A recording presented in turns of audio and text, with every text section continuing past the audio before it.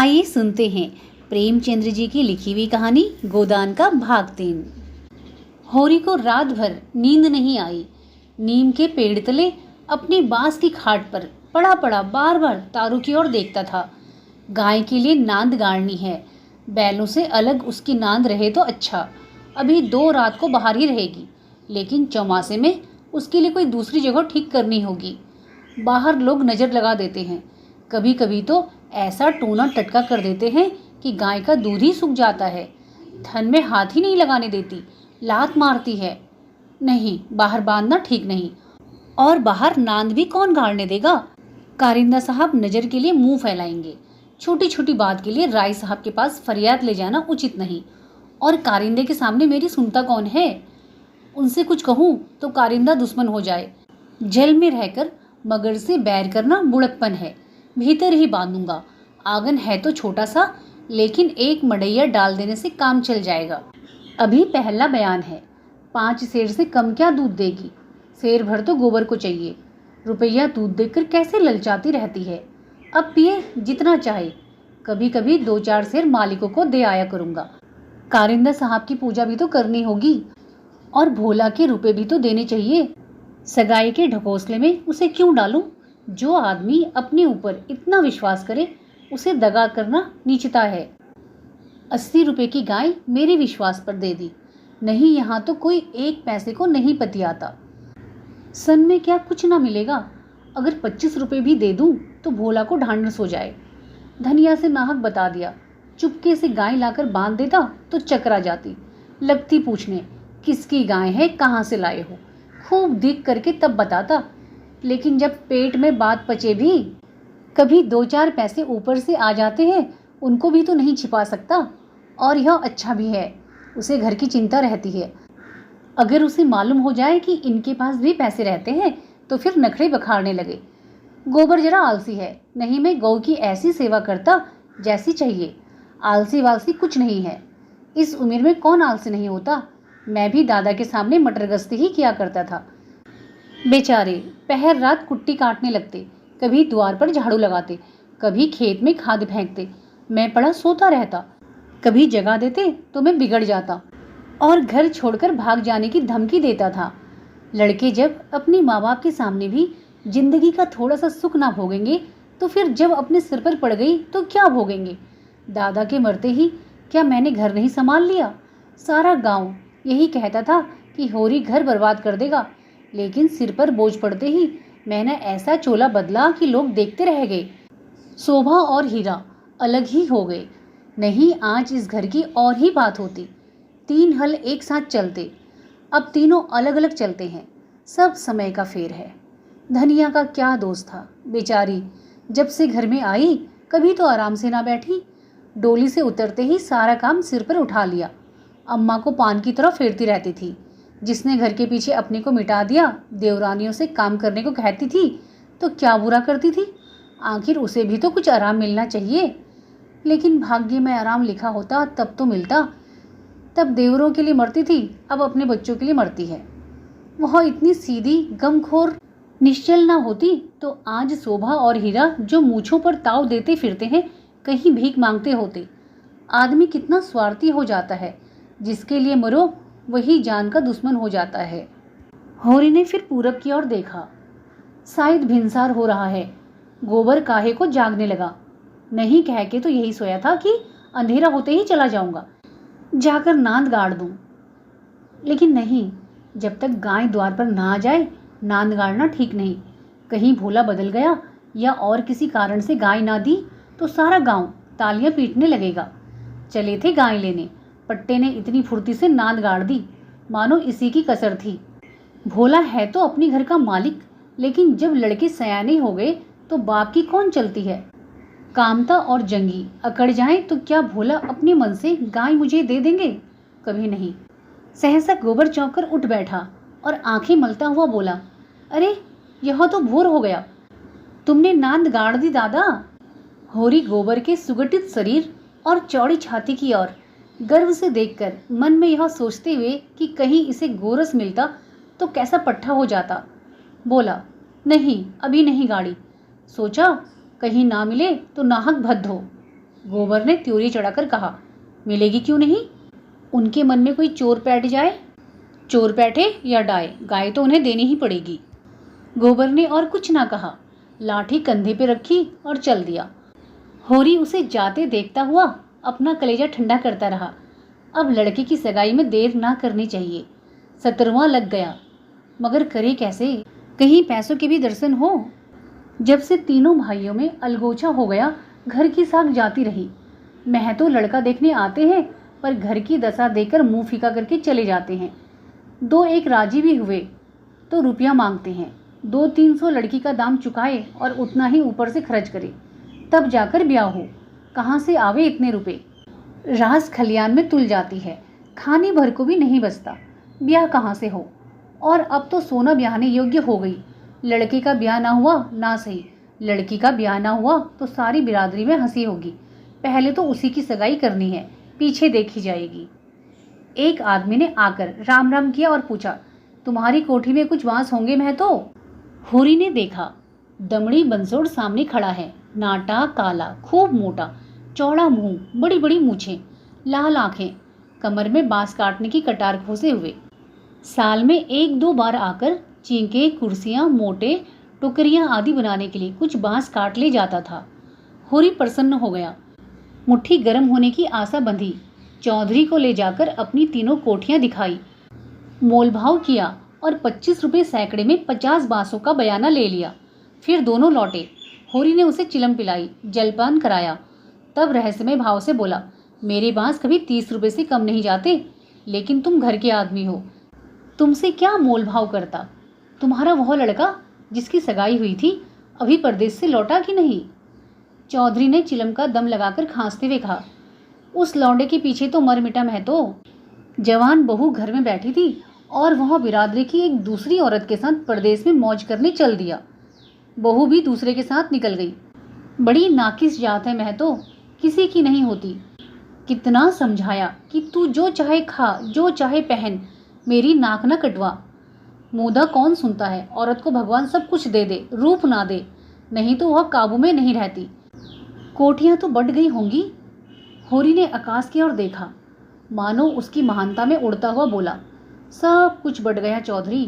जिनको लड़कों की तरह पाला पोसा वह अब बराबर के हिस्सेदार हैं, लेकिन भाई का हिस्सा खाने की अपनी नियत नहीं है। इधर तुमसे रुपए मिलेंगे, उधर दोनों भाइयों को बांट दूंगा। 4 दिन की जिंदगी में क्यों किसी से छल कपट करूं? नहीं कह दूं कि 20 रुपये सैकड़े बेचे हैं, तो उन्हें क्या पता लगेगा? तुम उनसे कहने थोड़े ही जाओगे? तुम्हें तो मैंने बराबर अपना भाई समझा है। व्यवहार में हम भाई के अर्थ का कितना ही दुरुपयोग करें, लेकिन उसकी भावना में जो पवित्रता है वह कभी मलिन नहीं होती। होरी ने अप्रत्यक्ष रूप से यह प्रस्ताव करके चौधरी के मुंह की ओर देखा कि वह स्वीकार करता है या नहीं। उसके मुख पर कुछ ऐसा मिथ्या विनीत भाव प्रकट हुआ जो भिक्षा मांगते समय मोटे भिक्षु पर आ जाता है। चौधरी ने होरी का आसन पाकर चाबुक जमाया। हमारा तुम्हारा पुराना भाईचारा है महतो, ऐसी बात है भला, लेकिन बात यह है कि ईमान आदमी बेचता है तो किसी लालच से। 20 रुपये नहीं, मैं 15 रुपये कहूँगा, लेकिन जो 20 रुपये के दाम लो। होरी ने खिसिया कर कहा, तुम तो चौधरी अंधेर करते हो। 20 रुपये में कहीं ऐसे बांस जाते हैं? ऐसे क्या, इससे अच्छे बांस जाते हैं 10 रुपये पर। हाँ, 10 कोस और पश्चिम चले जाओ। मोल बांस का नहीं है, शहर के नगीच होने का है। आदमी सोचता है जितनी देर वहाँ जाने में लगेगी उतनी देर में 2-4 रुपये का काम हो जाएगा। सौदा पट गया। चौधरी ने मिर्जई उतारकर छान पर रख दी और बांस काटने लगा। ऊख की सिंचाई हो रही थी। हीरा बहू कलेवा लेकर कुएं पर जा रही थी। चौधरी को बांस काटते देखकर घूंघट के अंदर से बोली, कौन बांस काटता है? यहाँ बांस न कटेंगे। चौधरी ने हाथ रोककर कहा, बांस मोल लिए हैं, 15 रुपये सैकड़े का बयाना हुआ है, सेंत में नहीं काट रहे हैं। हीरा बहू अपने घर की मालकिन थी। उसी के विद्रोह से भाइयों में अलगोछा हुआ था। धनिया को परास्त करके शेर हो गई थी। हीरा कभी कभी उसे पीटता था। अभी हाल ही में इतना मारा था कि वह कई दिन तक खाट से उठ ना सकी, लेकिन अपना पद अधिकार वह किसी तरह ना छोड़ती थी। हीरा क्रोध में उसे मारता था, लेकिन चलता था उसी के इशारों पर। उस घोड़े की भांति जो कभी कभी स्वामी को लात मारकर भी उसी के आसन के नीचे चलता है। कलेवे की टोकरी सिर से उतारकर बोली, 15 रुपए में हमारे बांस ना जाएंगे। चौधरी औरत जात से इस विषय में बातचीत करना नीति विरुद्ध समझते थे। बोले, जाकर अपने आदमी को भेज दो, जो कुछ कहना हो आकर कहे। हीरा बहू का नाम था पुन्नी। बच्चे 2 ही थे, लेकिन ढल गई थी। बनाव सिंगार से समय के आघात का समन करना चाहती थी, लेकिन गृहस्थी में भोजन ही का ठिकाना ना था। सिंगार के लिए पैसे कहाँ से आते? इस अभाव और विवशता ने उसकी प्रकृति का जल सुखाकर कठोर और शुष्क बना दिया था, जिस पर एक बार गावड़ा भी उचट जाता था। समीप आकर चौधरी का हाथ पकड़ने की चेष्टा करती हुई बोली, आदमी को क्यों भेज दूं? जो कुछ कहना हो मुझसे कहो ना। मैंने कह दिया, मेरे बांस ना कटेंगे। चौधरी हाथ छुड़ाता था और पुन्नी बार बार पकड़ लेती थी। 1 मिनट तक यही हाथापाई होती रही। अंत में चौधरी ने उसे जोर से पीछे ढकेल दिया। पुन्नी धक्का खाकर गिर पड़ी, मगर फिर संभली और पांव से तल्ली निकालकर चौधरी के सिर, मुंह, पीठ पर अंधाधुंध जमाने लगी। बंसोर होकर उसे ढकेल दे, उसका यह अपमान। मारती जाती थी और रोती भी जाती थी। चौधरी उसे धक्का देकर नारी जाति पर बल का प्रयोग करके गच्चा खा चुका था।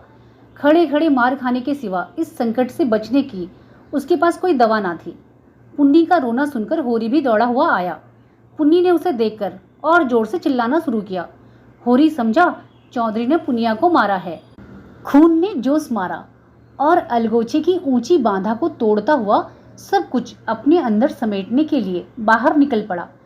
चौधरी को जोर से 1 लात जमाकर बोला, अब अपना भला चाहते हो चौधरी, तो यहाँ से चले जाओ, नहीं तुम्हारी लाश उठेगी। तुमने अपने को समझा क्या है? तुम्हारी इतनी मजाल कि मेरी बहू पर हाथ उठाओ। चौधरी कसमें खा खाकर अपनी सफाई देने लगा। तलियों की चोट में उसकी अपराधी आत्मा मौन थी। यह लात उसे निरपराध मिली और उसके फूले हुए गाल आंसुओं से भीग गए। उसने तो बहू को छुआ भी नहीं। क्या वह इतना गंवार है कि महतो की घर की औरतों पर हाथ उठाएगा? होरी ने अविश्वास करके कहा, आंखों में धूल मत झोंको चौधरी, तुमने कुछ कहा नहीं तो बहू झूठ मूठ रोती है। रुपए की गर्मी है तो वह निकाल दी जाएगी। अलग है तो क्या हुआ, है तो एक खून। कोई तिरछी आंख से देखे तो आंख निकाल ले। पुन्नी चंडी बनी हुई थी। गला फाड़कर बोली, तूने मुझे धक्का देकर गिरा नहीं दिया, खा जा अपने बेटे की कसम। हीरा को खबर मिली कि चौधरी और पुनिया में लड़ाई हो रही है। चौधरी ने पुनिया को धक्का दिया। पुनिया ने तलियों से पीटा। उसने पूर्व वहीं छोड़ा और ओंगे लिए घटनास्थल की ओर चला। गांव में अपने क्रोध के लिए प्रसिद्ध था। छोटा डील गठा हुआ शरीर, आंखें कोड़ी की तरह निकल आई थी और गर्दन की नसें तन गई थी, मगर उसे चौधरी पर क्रोध ना था, क्रोध था पुनिया पर। वह क्यों चौधरी से लड़ी, क्यों उसकी इज्जत मिट्टी में मिला दी? बंसोड़ से लड़ने झगड़ने का उसे क्या प्रयोजन था? उसे जाकर हीरा से समाचार कह देना चाहिए था। हीरा जैसा उचित समझता करता। वह उससे लड़ने क्यों गई? उसका बस होता तो वह पुनिया को पर्दे में रखता। पुनिया किसी बड़े से मुंह खोलकर बातें करे, यह उसे असह्य था। वह खुद जितना उद्दंड था, पुनिया को उतना ही शांत रखना चाहता था। जब भैया ने 15 रुपए में सौदा कर लिया तो यह बीच में कूदने वाली कौन? आते ही उसने पुन्नी का हाथ पकड़ लिया और घसीटता हुआ अलग ले जाकर लगा लाते जमाने। हरामजादी, तू हमारी नाक कटाने पर लगी हुई है। तू छोटे छोटे आदमियों से लड़ती फिरती है। किसकी पगड़ी नीचे होती है बता? हम तो वहाँ कलेऊ की बाट देख रहे हैं, तू यहाँ लड़ाई ठाने बैठी है। इतनी बेशर्मी, आंख का पानी ऐसा गिर गया खोद कर गाड़ दूंगा। पुन्नी हाय हाय करती जाती थी और कोसती जाती थी, तेरी मिट्टी उठे, तुझे हैजा हो जाए, तुझे मरी आवे, देवी मैया तुझे लील जाए, तुझे इन्फ्लुएंजा हो जाए, भगवान करे तू कोड़ी हो जाए। हाथ पांव कट कट गिरे और गालियां तो हीरा खड़ा खड़ा सुनता रहा, लेकिन यह पिछली गाली उसे लग गई। हैजा मरी आदि में कोई विशेष कष्ट ना था। इधर बीमार पड़े उधर विदा हो गए, लेकिन कोड, यह घिनौनी मौत और उससे भी घिनौना जीवन। वह तिलमिला उठा, दांत पीसता हुआ पुनिया पर झपटा और झोटी पकड़कर फिर उसका सिर जमीन पर रगड़ता हुआ बोला, हाथ पांव कटकर गिर जाएंगे तो मैं तुझे लेकर चाटूंगा। तू ही मेरे बाल बच्चे को पालेगी। ए तू इतनी बड़ी गृहस्थी चलाएगी? तू तो दूसरा भतार करके किनारे खड़ी हो जाएगी। चौधरी को पुनिया की इस दुर्गति पर दया आ गई। हीरा को उदारता पूर्वक समझाने लगा। हीरा महतो, अब जाने दो, बहुत हुआ। क्या हुआ? बहू ने मुझे मारा, मैं तो छोटा नहीं हो गया? धन्य भाग कि भगवान ने यह दिन तो दिखाया। हीरा ने चौधरी को डांटा। तुम चुप रहो चौधरी, नहीं मेरे क्रोध में पड़ जाओगे तो बुरा होगा। औरत जात इस तरह बहकती है। आज को तुमसे लड़ गई, कल को दूसरों से लड़ जाएगी। तुम भले मानुस हो, हंसकर टाल गए, दूसरा तो बर्दाश्त ना करेगा। कहीं उसने भी हाथ छोड़ दिया तो कितनी आबरू रह जाएगी बताओ। इस ख्याल ने उसके क्रोध को फिर भड़काया। लपका था कि होरी ने दौड़कर पकड़ लिया और उसे पीछे हटाते हुए बोला, अरे हो तो गया, देख तो लिया दुनिया ने कितने बड़े बहादुर हो, अब क्या उसे पीस कर पी जाओगे। हीरा अब भी बड़े भाई का अदब करता था, सीधे सीधे ना लड़ता था। चाहता तो एक झटके में अपना हाथ छुड़ा लेता, लेकिन इतनी बेअदबी ना कर सका। चौधरी की ओर देखकर बोला, अब खड़े क्या ताकते हो, जाकर अपने बांस काटो। मैंने सही कर दिया, 15 रुपये सैकड़े में तय है। कहाँ तो पुन्नी रो रही थी, कहाँ झमक कर उठी और अपना सिर पीट कर बोली, लगा दे घर में आग, मुझे क्या करना है। भाग फूट गया कि तुझ जैसे कसाई के पाले पड़ी, लगा दे घर में आग। उसने कलेऊ की टोकरी वहीं छोड़ दी और घर की ओर चली। हीरा गरजा, वहां कहाँ जाती है, चल कुएं पर, नहीं खून पी जाऊंगा। पुनिया के पांव रुक गए। इस नाटक का दूसरा अंक ना खेलना चाहती थी। चुपके से टोकरी उठाकर रोती हुई कुएं की ओर चली। हीरा भी पीछे पीछे चला। होरी ने कहा, अब फिर मारधाड़ ना करना, इससे औरत बेशर्म हो जाती है। धनिया ने द्वार पर आकर हाँक लगाई, तुम वहां खड़े खड़े क्या तमाशा देख रहे हो? कोई तुम्हारी सुनता भी है या यूं ही शिक्षा दे रहे हो? उस दिन इसी बहू ने तुम्हें घूंघट की आड़ में दाढ़ी जार कहा था, भूल गए? बहुरिया होकर पराये मर्दों से लड़ेगी तो डांटी ना जाएगी। होरी द्वार पर आकर नटखटपन के साथ बोला, और जो मैं इसी तरह तुझे मारूं? क्या कभी मारा नहीं है जो मारने की साध बनी हुई है? इतनी बेदर्दी से मारता तो तू घर छोड़कर भाग जाती। पुनिया बड़ी गमखोर है। ओहो, ऐसे ही तो बड़े दर्द वाले हो, अभी तक मार का दाग बना हुआ है। हीरा मारता है तो दुल्हारता भी है। तुमने खाली मारना सीखा है, दुल्हार करना सीखा ही नहीं। मैं ही ऐसी हूं कि तुम्हारे साथ निभा हुआ। अच्छा रहने दे, बहुत अपना बखान ना कर। तू ही रूट रूट कर नेहर भागती थी। जब महीनों खुशामद करता था तब जाकर आती थी। जब अपनी गरज सताती थी तब मनाने जाते थे लाला, मेरे दुल्हार से नहीं जाते थे। इसी से तो मैं सबसे तेरा बखान करता हूँ। वैवाहिक जीवन के प्रभात में लालसा अपनी गुलाबी मादकता के साथ उदय होती है और हृदय के सारे आकाश को अपने माधुरी की सुनहरी किरणों से रंजित कर देती है। फिर मध्या का प्रखर ताप आता है, सण सण पर बुगले उठते हैं और पृथ्वी कांपने लगती है। लालसा का सुनहरा आवरण हट जाता है और वास्तविकता अपने नंगन रूप में सामने आ खड़ी होती है। उसके बाद विश्राममय संध्या आती है, शीतल और शांत। जब हम थके हुए पथिकों की भांति दिन भर की यात्रा का वृतांत करते और सुनते हैं तट से भाव से, मानो हम किसी ऊंचे शिखर पर जा बैठे हैं जहां नीचे का जनरव हम तक नहीं पहुंचता। धनिया ने आंखों में रस भरकर कहा, चलो चलो, बड़े बखान करने वाले, जरा सा कोई काम बिगड़ जाए तो गर्दन पर सवार हो जाते हो। होरी ने मीठे उल्हाने के साथ कहा, ले अब यही तेरी बेइंसाफी मुझे अच्छी नहीं लगती धनिया। भोला से पूछ, मैंने उनसे तेरे बारे में क्या कहा था। धनिया ने बात बदलकर कहा, देखो गोबर गाय लेकर आता है कि खाली हाथ। चौधरी ने पसीने में लथपथ आकर कहा, महतो चलकर बांस गिन लो, कल ठेला लाकर उठा ले जाऊंगा। होरी ने बांस गिनने की जरूरत ना समझी। चौधरी ऐसा आदमी नहीं है, फिर एक आध बांस बेसी काट ही लेगा तो क्या, रोज ही तो मंगनी बांस कटते रहते हैं। सहालंगों में तो मंडप बनाने के लिए लोग दर्जनों बांस काट ले जाते हैं। चौधरी ने 7.5 रुपये निकालकर उसके हाथ में रख दिए। होरी ने गिनकर कहा, और निकालो, हिसाब से 2.5 और होते हैं। चौधरी ने बेमुरवती से कहा, 15 रुपये में तय हुए थे कि नहीं? 15 रुपये में नहीं, 20 रुपये में। हीरा महतो ने तुम्हारे सामने 15 रुपये कहे थे, कहो तो बुला लाऊं? तय तो 20 रुपये में ही हुए थे चौधरी। अब तुम्हारी जीत है, जो चाहो कहो। 2.5 रुपये निकलते हैं, तुम 2 ही दे दो। मगर चौधरी कच्ची गोलियां ना खेला था, अब उसे किसका डर। होरी के मुंह में तो ताला पड़ा हुआ था, क्या कहे, माथा ठोक कर रह गया। बस इतना बोला, यह अच्छी बात नहीं है चौधरी, 2 रुपये दबाकर राजा ना हो जाओगे। चौधरी तीक्ष्ण स्वर में बोला, और तुम क्या भाइयों के थोड़े से पैसे दबाकर राजा हो जाओगे? 2.5 रुपये पर अपना ईमान बिगाड़ रहे थे, उस पर मुझे उपदेश देते हो। अभी पर्दा खोल दूं तो सिर नीचा हो जाए। होरी पर जैसे सैकड़ों जूते पड़ गए। चौधरी तो रुपए सामने जमीन पर रखकर चला गया, पर वह नीम के नीचे बैठा बड़ी देर तक पछताता रहा। वह कितना लोभी और स्वार्थी है, इसका उसे आज पता चला। चौधरी ने 2.5 रुपये दे दिए होते तो वह खुशी से कितना फूल उठता, अपनी चालाकी को सराहता कि बैठे बिठाए 2.5 रुपये मिल गए। ठोकर खाकर ही तो हम सावधानी के साथ पग उठाते हैं। धनिया अंदर चली गई, बाहर आई तो रुपए जमीन पर पड़े देखे, गिनकर बोली, और रुपए क्या हुए, 10 ना चाहिए?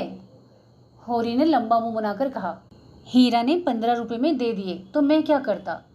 हीरा 5 रुपये में दे दे, हम नहीं देते इन दामों। वहां मारपीट हो रही थी, मैं बीच में क्या बोलता।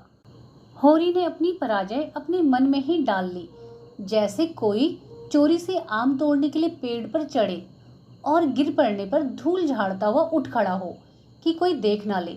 जीत कर आप अपने धोखेबाजों के डिंगे मार सकते हैं। जीत में सब कुछ माफ है, हार की लज्जा तो पी जाने की ही वस्तु है। धनिया पति को फटकारने लगी, ऐसे अवसर उसे बहुत कम मिलते थे।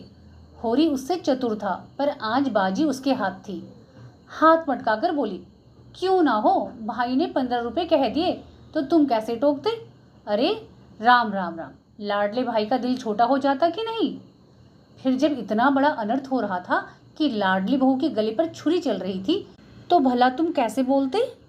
उस वक्त कोई दूसरा तुम्हारा सरबस लूट लेता तो भी तुम्हें सुधा ना होती। होरी चुपचाप सुनता रहा, मिनका तक नहीं। झुंझलाहट हुई, क्रोध आया, खून खौला, आंख जली, दांत पिसे, लेकिन बोला नहीं। चुपके से कुदाल उठाई और ऊख गोलने चला। धनिया ने कुदाल छीनकर कहा, क्या अभी सवेरा है जो ऊख गोलने चले? सूरज देवता माथे पर आ गए, नहाने धोने जाओ, रोटी तैयार है। होरी ने घुन्नाकर कहा, मुझे भूख नहीं है। धनिया ने जले पर नौन छिड़का, हाँ काहे को भूख लगेगी, भाई ने बड़े बड़े लड्डू खिला दिए हैं ना, भगवान ऐसे सपूत भाई सबको दे। होरी बिगड़ा और क्रोध अब रस्सियां तुड़ा रहा था। तू आज मार खाने पर लगी हुई है। धनिया ने नकली विनय का नाटक करके कहा, क्या करूं, तुम दुल्हारी इतना करते हो कि मेरा सिर फिर गया है। तू घर में रहने देगी कि नहीं? घर तुम्हारा, मालिक तुम, मैं भला कौन होती हूँ तुम्हें घर से निकालने वाली? होरी आज धनिया से किसी तरह पेश नहीं पा सकता, उसकी अकल जैसे कुंद हो गई है। इन व्यंग्य बाणों को रोकने के लिए उसके पास कोई ढाल नहीं है। धीरे से कुदाल रख दी और गमछा लेकर नहाने चला गया। लौटा कोई आधे घंटे में, मगर गोबर अभी तक न आया था। अकेले कैसे भोजन करे? लौंडा वहां जाकर सो रहा। भोला कि वह मदमाती छोकरी है ना, झुनिया, उसके साथ हंसी दिल्लगी कर रहा होगा। कल भी तो उसके पीछे लगा हुआ था, नहीं गाय दी तो लौट क्यों नहीं आया? क्या वहां ढई देगा? धनिया ने कहा, अब खड़े क्या हो, गोबर सांझ को आएगा। होरी ने और कुछ न कहा, कहीं धनिया फिर न कुछ कह बैठे। भोजन करके नीम की छां में लेट रहा। रूपा रोती हुई आई, नंगे बदन, एक लंगोटी लगाए, झबरे बाल इधर उधर बिखरे हुए। होरी की छाती पर लौट गई। उसकी बड़ी बहन सोना कहती है, गाय आएगी तो उसका गोबर मैं पाथूंगी। रूपा यह नहीं बर्दाश्त कर सकती है। सोना ऐसी कहाँ की बड़ी रानी है कि सारा गोबर आप पाथ डाले? रूपा उससे किस बात में कम है? सोना रोटी पकाती है तो क्या रूपा बर्तन नहीं मांजती? सोना पानी लाती है तो क्या रूपा कुएं पर रस्सी नहीं ले जाती? सोना तो कलसा भरकर इटलाती चली आती है, रस्सी समेटकर रूपा ही लाती है। गोबर दोनों साथ पाथती हैं। सोना खेत गोड़ने जाती है तो क्या रूपा बकरी चराने नहीं जाती? फिर सोना क्यों अकेली गोबर पाथेगी? यह अन्याय रूपा कैसे सहे? होरी ने उसके भोलेपन पर मुग्ध होकर कहा, नहीं, गाय का गोबर तो तू पातना, सोना गाय के पास आए तो भगा देना। रूपा ने पिता के गले में हाथ डालकर कहा, दूध भी मैं ही दोहूंगी। हाँ हाँ, तू ही दोहेगी, और कौन दोहेगा? वह मेरी गाय होगी। हाँ, सोलो आनो तेरी। रूपा प्रसन्न होकर अपनी विजय का शुभ समाचार पराजित सोना को सुनाने चली गई। गाय मेरी होगी, उसका दूध मैं दोहूंगी, उसका गोबर मैं पाथूंगी, तुझे कुछ ना मिलेगा। सोना उम्र से किशोरी, देह के गठन में युवती और बुद्धि से बालिका थी। जैसे उसका यौवन उसे आगे खींचता, बालपन पीछे। कुछ बातों में इतनी चतुर कि ग्रेजुएट युवतियों को पढ़ाए, कुछ बातों में इतनी अल्हड़ कि शिशुओं से भी पीछे। लंबा, रूखा किंतु प्रसन्न मुख, ठोंडी नीचे को खिंची हुई, आंखों में एक प्रकार की तृप्ति। ना केसों में तेल, ना आंखों में काजल, ना देह पर कोई आभूषण। जैसे गृहस्थी के भार ने यौवन को दबाकर बोना कर दिया हो। सिर को एक झटका देकर बोली, जा तू गोबर पात। जब तू दूध दोहकर रखेगी तो मैं पी जाऊंगी। मैं दूध की हांडी ताले में बंद करके रखूंगी। मैं ताला तोड़कर दूध निकाल लाऊंगी। यह कहती हुई वह बाग की तरफ चल दी। आम गदरा गए थे, हवा के झोंकों से एक आध जमीन पर गिर पड़ते थे। लू के मारे चूचके पीले, लेकिन बाल वृंद उन्हें टपके समझकर बाग को घेरे रहते थे। रूपा भी बहन के पीछे हो ली। जो काम सोना करे वह रूपा जरूर करेगी। सोना के विवाह की बातचीत हो रही थी।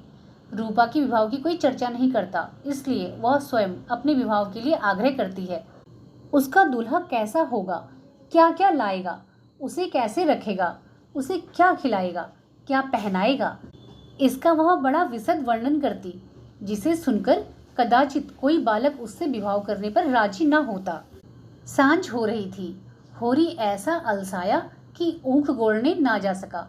बैलों को नांद में लगाया, सानी खली दी और एक चिलम भरकर पीने लगा। इस फसल में सब कुछ खलियान में तोल देने पर भी कोई 300 कर्ज था, जिस पर कोई 100 रुपये सूद के बढ़ते जाते थे। मंगरू सा से आज 5 साल हुए बैल के लिए 60 रुपये लिए थे। इसमें 60 दे चुका था, पर वह 60 रुपये जयों के त्यों बने हुए थे। दादा दीन पंडित से 30 रुपये लेकर आलू बोए थे। आलू तो चोर खोद ले गए और उस 30 के इन 3 वर्षों में 100 हो गए थे।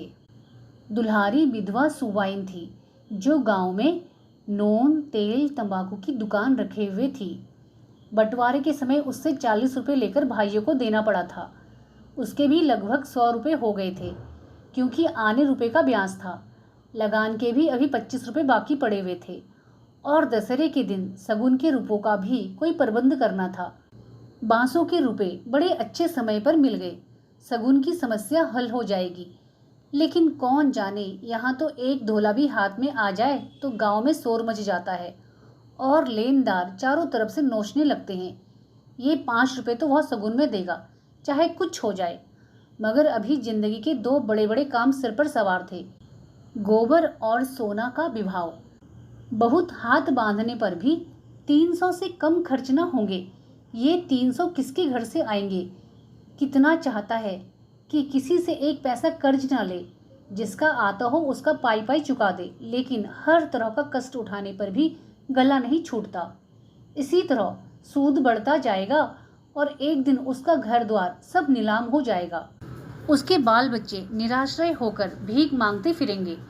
होरी जब काम धंधों से छुट्टी पाकर चिलम पीने लगता था, तो यह चिंता एक काली दीवार की भांति चारों ओर से घेर लेती थी, जिसमें से निकलने की उसे कोई गली ना सूझती थी।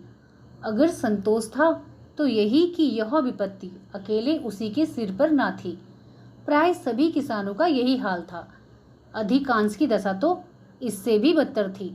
शोभा और हीरा को उससे अलग हुए अभी कुल 3 साल हुए थे, मगर दोनों पर 400-400 का बोझ लद गया था।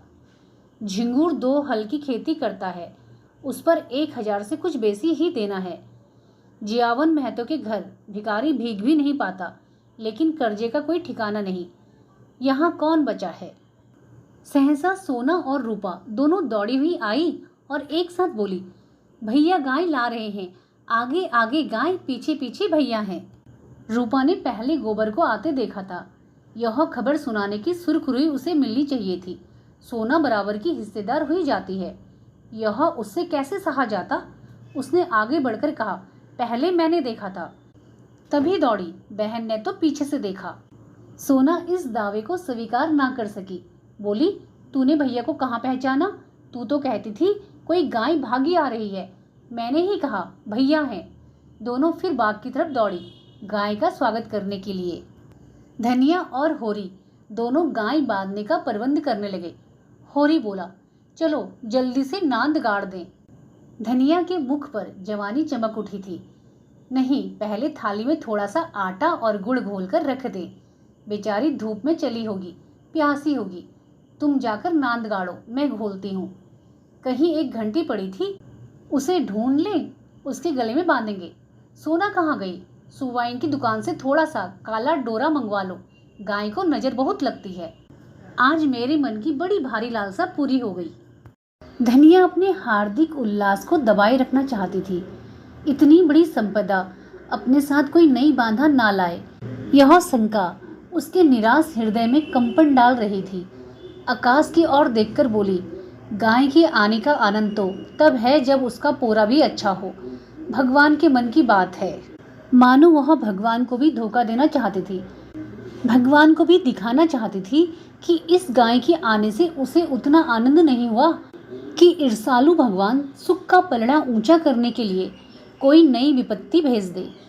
वह अभी आटा घोल ही रही थी कि गोबर गाय को लिए बालकों के एक जुलूस के साथ द्वार पर आ पहुंचा। होरी दौड़कर गाय के गले से लिपट गया। धनिया ने आटा छोड़ दिया और जल्दी से एक पुरानी साड़ी का काला किनारा फाड़कर गाय के गले में बांध दिया। होरी सद्दा विहल नेत्रों से गाय को देख रहा था, मानो साक्षात देवी जी ने घर में पदार्पण किया हो। आज भगवान ने यह दिन दिखाया कि उसका घर गौ के चरणों से पवित्र हो गया। यह सौभाग्य ना जाने किसके पुण्य प्रताप से। धनिया ने भयातुर होकर कहा, खड़े क्या हो, आंगन में नांद गाड़ दो। आंगन में जगह कहाँ है? बहुत जगह है, मैं तो बाहर ही गाड़ता हूँ। पागल ना बनो, गांव का हाल जानकर भी अनजान बनते हो। अरे बित्ते भर के आंगन में गाय कहाँ बांधोगी भाई? जो बात नहीं जानते उसमें टांग मत अड़ाया करो। संसार भर की विद्या तुम ही नहीं पढ़े हो। होरी सचमुच आपे में ना था। गौ उसके लिए केवल भक्ति और श्रद्धा की वस्तु नहीं, सजीव संपत्ति थी। वह उससे अपने द्वार की शोभा और अपने घर का गौरव बढ़ाना चाहता था। वह चाहता था लोग गाय को द्वार पर बंधी देखकर पूछें, यह किसका घर है? लोग कहें होरी महतो का। तभी लड़की वाले भी उसकी विभूति से प्रभावित होंगे। आंगन में बंधी तो कौन देखेगा? धनिया इसके विपरीत संसक थी। वह गाय को 7 पर्दों के अंदर छिपाकर रखना चाहती थी। अगर गाय आठों पहर कोठरी में रह सकती तो शायद वह उसे बाहर ना निकलने देती। यूं हर बात में होरी की जीत होती थी। वह अपने पक्ष पर अड़ जाता था और धनिया को दबना पड़ता था। लेकिन आज धनिया के सामने होरी की एक ना चली। धनिया लड़ने को तैयार हो गई। गोबर, सोना और रूपा, सारा घर होरी के पक्ष में था, पर धनिया ने अकेले सबको परास्त कर दिया।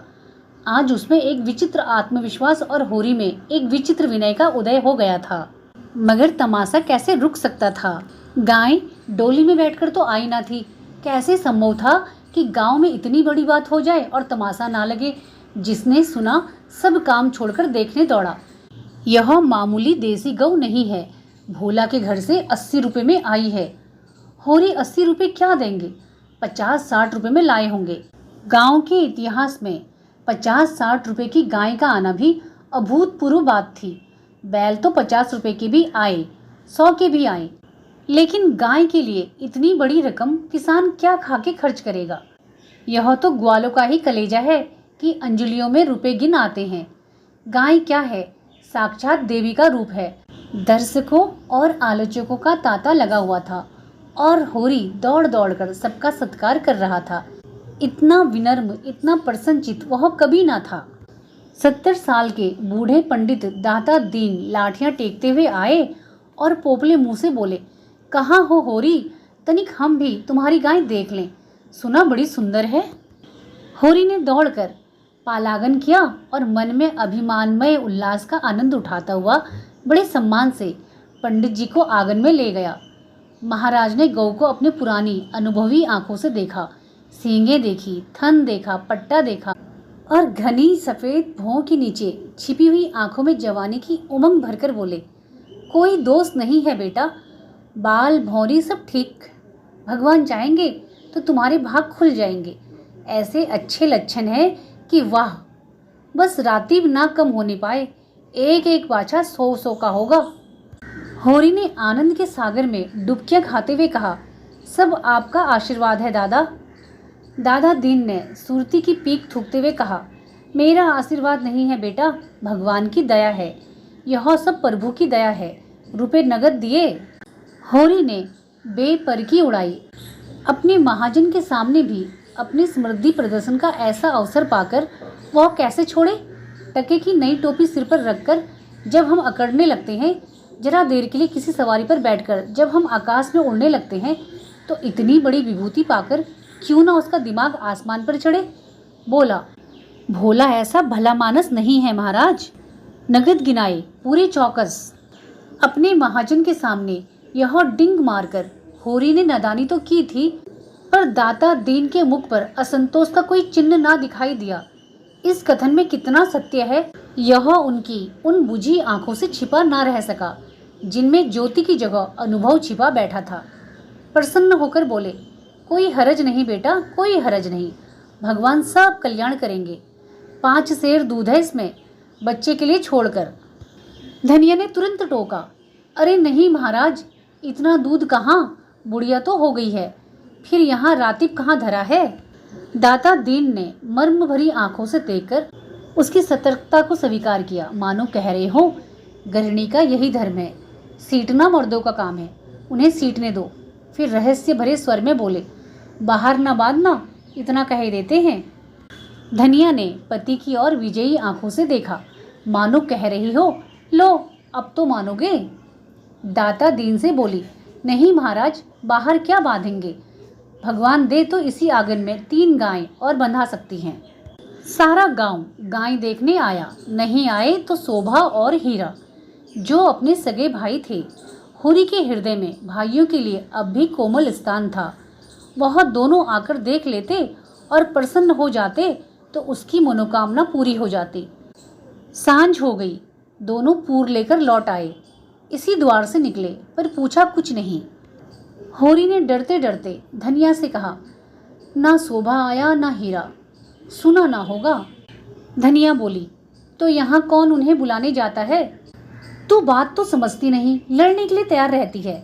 भगवान ने जब यह दिन दिखाया है तो हमें सिर झुकाकर चलना चाहिए।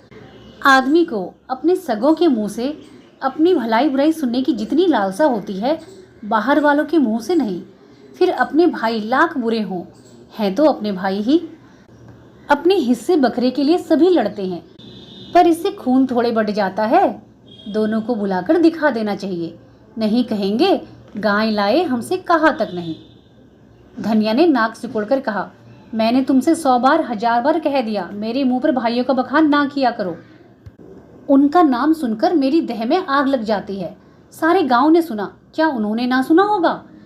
कुछ इतनी दूर भी तो नहीं रहते, सारा गांव देखने आया, उन्हीं के पाँव में मेहंदी लगी हुई थी। मगर आए कैसे, जलन हो रही होगी कि इसके घर गाय आ गई, छाती फटी जाती होगी। दिया बत्ती का समय आ गया था। धनिया ने जाकर देखा तो बोतल में मिट्टी का तेल ना था। बोतल उठाकर तेल लाने चली गई। पैसे होते तो रूपा को भेजती, कुछ मुंह देखी कहेगी, कुछ लल्लो चप्पो करेगी, तभी तो तेल उधार मिलेगा।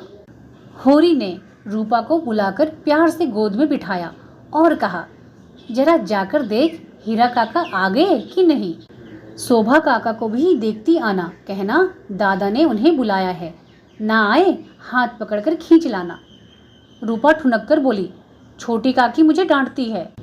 काकी के पास क्या करने जाएगी, फिर शोभा बहू तो तुझे प्यार करती है। शोभा काका मुझे चिढ़ाते हैं, मैं ना कहूँगी। क्या कहते हैं बता। चिढ़ाते हैं, क्या कहकर चिढ़ाते हैं। कहते हैं तेरे लिए मूस पकड़ कर रखा है, ले जा भून कर खा ले। होरी के अंतस्थल में गुदगुदी हुई, तू कहती नहीं पहले तुम खा लो तो मैं खाऊंगी। अम्मा मना करती है, कहती है उन लोगों के घर ना जाया करो। तू अम्मा की बेटी है कि दादा की।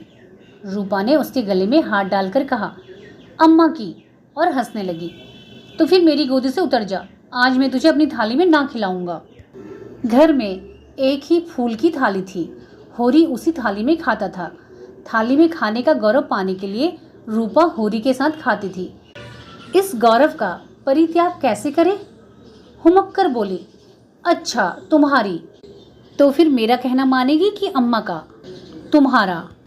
तो जाकर हीरा और शोभा को खींच ला, और जो अम्मा बिगड़ी, अम्मा से कहने कौन जाएगा? रूपा कूदती हुई हीरा के घर चली। द्वेष का मायाजाल बड़ी बड़ी मछलियों को ही फंसाता है। छोटी मछलियां तो उसमें फंसती ही नहीं या तुरंत निकल जाती हैं। उनके लिए वह घातक जाल कीड़ा की वस्तु है, भय की नहीं। भाइयों से होरी की बोलचाल बंद थी, पर रूपा दोनों घरों में आती जाती थी। बच्चों से क्या बैर। लेकिन रूपा घर से निकली ही थी कि धनिया तेल लिए मिल गई। उसने पूछा, सांझ की बेला कहाँ जाती है, चल घर। रूपा माँ को प्रसन्न करने के प्रलोभन को रोक ना सकी। धनिया ने डांटा, चल घर, किसी को बुलाने नहीं जाना है। रूपा का हाथ पकड़े हुए वह घर आई और होरी से बोली, मैंने तुमसे 1000 बार कह दिया मेरे लड़कों को किसी के घर ना भेजा करो। किसी ने कुछ कर करा दिया तो मैं तुम्हें लेकर चाटूंगी। ऐसा ही बड़ा प्रेम है तो आप क्यों नहीं जाते? अभी पेट नहीं भरा, जान पड़ता है।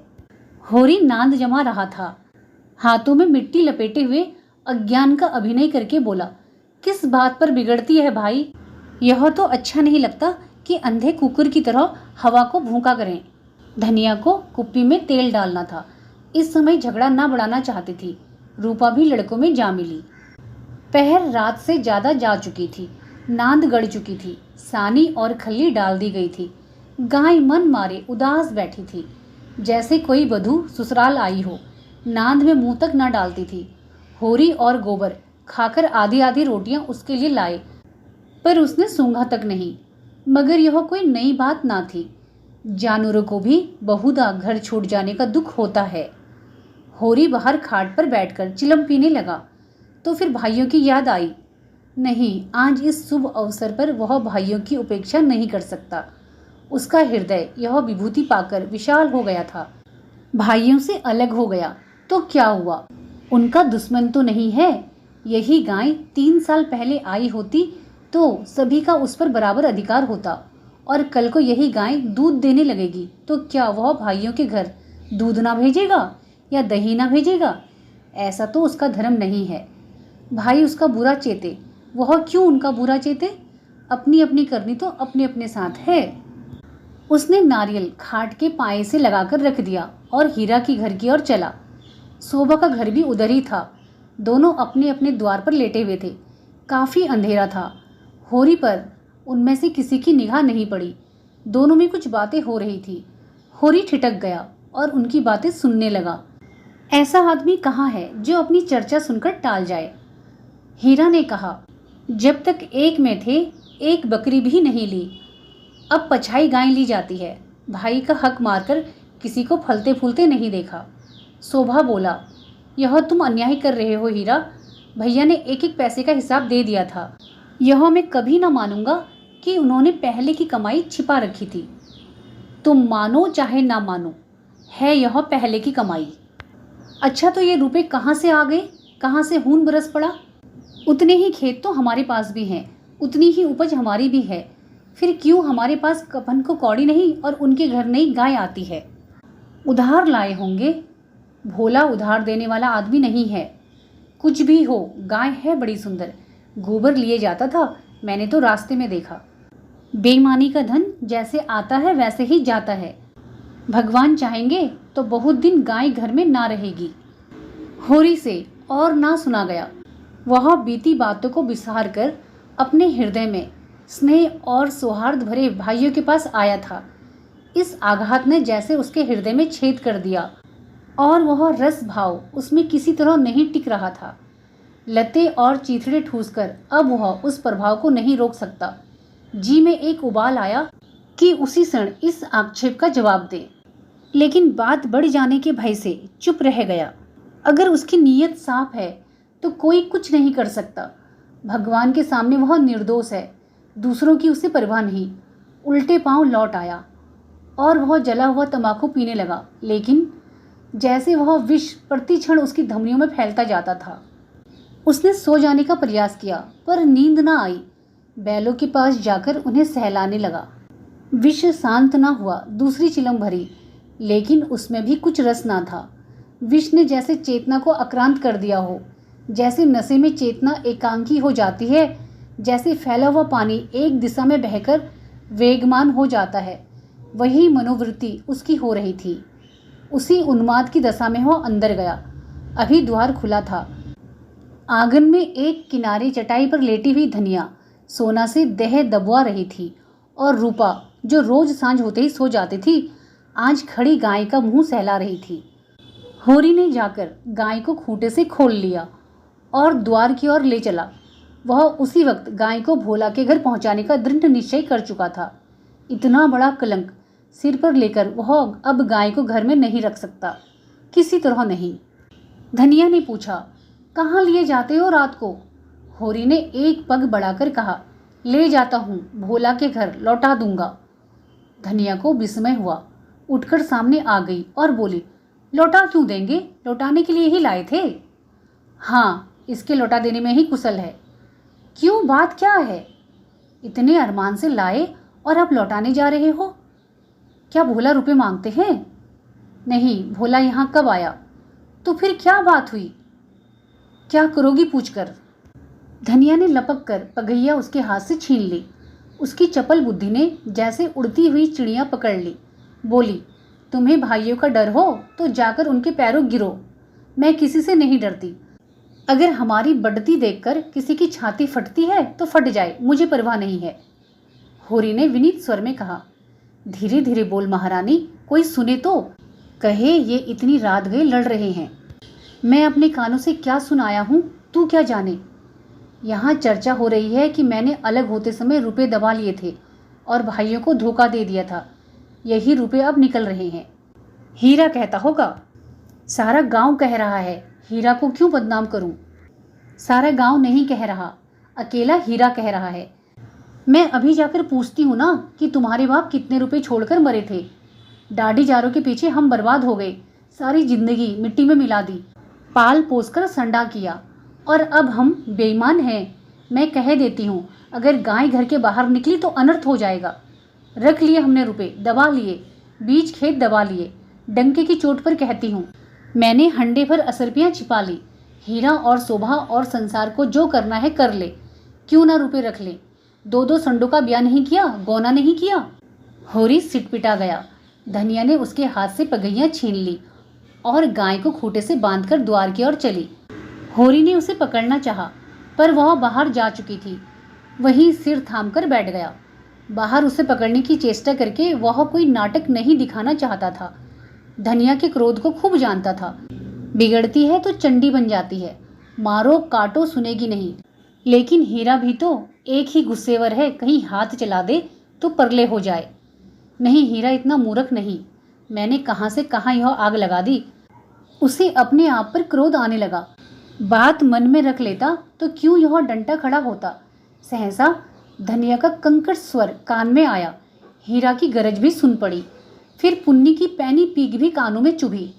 सहसा उसे गोबर की याद आई। बाहर लपककर उसकी खाट देखी, गोबर वहां ना था। गजब हो गया, गोबर भी वहां पहुंच गया। अब कुशल नहीं, उसका नया खून है, ना जाने क्या कर बैठे। लेकिन होरी वहां कैसे जाए? हीरा कहेगा, आप तो बोलते नहीं। जाकर इस डायन को लड़ने के लिए भेज दिया। कोलाहल प्रतिक्षण प्रचंड होता जाता था। सारे गांव में जाग पड़ गई। मालूम होता था कहीं आग लग गई है और लोग खाट से उठ उठकर बुझाने दौड़े जा रहे हैं। इतनी देर तक तो वह जब्त किए बैठा रहा, फिर ना रहा गया। धनिया पर क्रोध आया। वह क्यों चढ़कर लड़ने गई? अपने घर में आदमी ना जाने किसको क्या कहता है। जब तक कोई मुंह पर बात ना कहे, यही समझना चाहिए कि उसने कुछ नहीं कहा। होरी की कृषक प्रकृति झगड़े से भागती थी। चार बातें सुनकर गम खा जाना, इससे कहीं अच्छा है कि आपस में तनाजा हो। कहीं मारपीट हो जाए तो थाना पुलिस हो, बंधे बंधे फिरो, सबकी चिरोरी करो, अदालत की धूल फांको, खेती बाड़ी जहन्नुम में मिल जाए। उसका हीरा पर तो कोई बस ना था, मगर धनिया को तो वह जबरदस्ती खींच ला सकता है।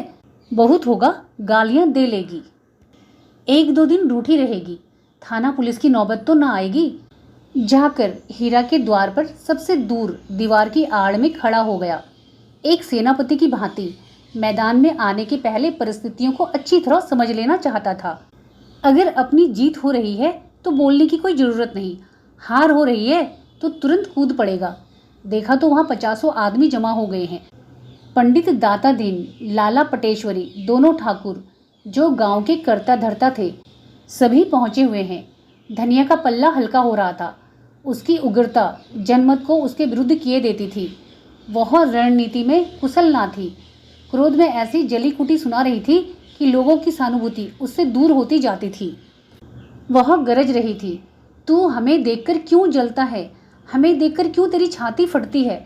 पाल पोसकर जवान कर दिया, यह उसका इनाम है। हमने ना पाला होता तो आज कहीं भीख मांगते होते, ईख की छां भी ना मिलती। होरी को ये शब्द जरूरत से ज्यादा कठोर जान पड़े। भाइयों को पालना पोसना तो उसका धर्म था। उनके हिस्से की जायदाद तो उसके हाथ में थी। कैसे ना पालता पोसता, दुनिया में कहीं मुंह दिखाने लायक रहता? हीरा ने जवाब दिया, हम किसी का कुछ नहीं जानते। तेरे घर में कुत्तों की तरह एक टुकड़ा खाते थे और दिन दिन भर काम करते थे। जाना ही नहीं कि लड़कपन और जवानी कैसी होती है। दिन दिन भर सूखा गोबर बीना करते थे, उस पर भी तू बिना 10 गाली दिए रोटी ना देती थी। तेरी जैसी राक्षसनी के हाथ में पड़कर जिंदगी तलक हो गई। धनिया और भी तेज हुई। जमान संभाल, नहीं जीभ खींच लूंगी। राक्षसनी तेरी औरत होगी। तू है किस फेर में मुंडी काटे, टुकड़े खोर, नमक हराम। दाता दीन ने टोका, इतना कटु वचन क्यों कहती है धनिया? नारी का धर्म है कि गम खाए। वह तो उज्जट है, क्यों उसके मुंह लगती है? लाला पटेश्वरी पटवारी ने उसका समर्थन किया। बात का जवाब बात है, गाली नहीं। तूने लड़कपन में उसे पाला पोसा, लेकिन यह क्यों भूल जाती है कि उसकी जायदाद तेरे हाथ में थी? धनिया ने समझा, सबके सब मिलकर मुझे नीचा दिखाना चाहते हैं। चौमुख लड़ाई लड़ने के लिए तैयार हो गई। अच्छा रहने दो लाला, मैं सबको पहचानती हूँ। इस गांव में रहते 20 साल हो गए, एक एक की नस पहचानती हूँ। मैं गाली दे रही हूँ, वह फूल बरसा रहा है, क्यों? दुलारी सौवाइन ने आग में घी डाला। बाकी बड़ी गाल दराज औरत है भाई, मर्द के मुंह लगती है। होरी ही जैसा मर्द है कि इसका निभा होता है। दूसरा मर्द होता तो एक दिन ना पड़ती। अगर हीरा इस समय जरा नरम हो जाता तो उसकी जीत हो जाती, लेकिन ये गालियां सुनकर आपे से बाहर हो गया। औरों को अपने पक्ष में देखकर वह कुछ शेर हो रहा था।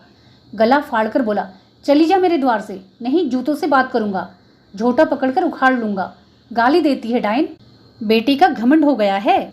खून पासा पलट गया। होरी का खून खौल उठा, बारूद में जैसे चिंगारी पड़ गई हो। आगे आकर बोला, अच्छा बस अब चुप हो जाओ हीरा, अब नहीं सुना जाता। मैं इस औरत को क्या कहूँ? जब मेरी पीठ में धूल लगती है तो इसी के कारण ना जाने क्यों इससे चुप नहीं रहा जाता। चारों ओर से हीरा पर बौछार पड़ने लगी। दाता दीन ने निर्लज्ज कहा, पटेश्वरी ने गुंडा बनाया, झिंगुरी सिंह ने शैतान की उपाधि दी, दुलारी सौवाइन ने कपूत कहा। एक उर्दंड शब्द ने धनिया का पल्ला हल्का कर दिया था।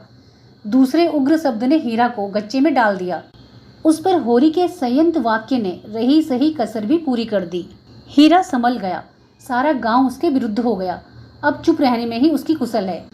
क्रोध की नशे में भी इतना होश उसे बाकी था।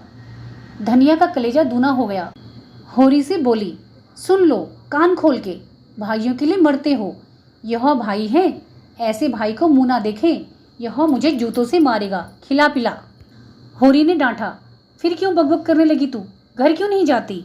धनिया जमीन पर बैठ गई और आर्त स्वर में बोली, अब तो इसके जूते खा के जाऊंगी। जरा इसकी मर्दुमी देख लूं, कहाँ है गोबर? अब किस दिन काम आएगा? तू देख रहा है बेटा, तेरी माँ को जूते मारे जा रहे हैं। यूं बिलाप करके उसने अपने क्रोध के साथ होरी के क्रोध को भी क्रियाशील बना डाला। आग को फूंक फूंक कर उसमें ज्वाला पैदा कर दी। हीरा पराजित सा पीछे हट गया। पुन्नी उसका हाथ पकड़कर घर की ओर खींच रही थी। सहसा धनिया ने सिहनी की भांति झपट कर हीरा को इतनी जोर से धक्का दिया कि वह धम से गिर पड़ा और बोली, कहाँ जाता है? जूते मार, मार जूते, देखूं तेरी मर्दुमी। होरी ने दौड़कर उसका हाथ पकड़ लिया और घसीटता हुआ घर ले चला।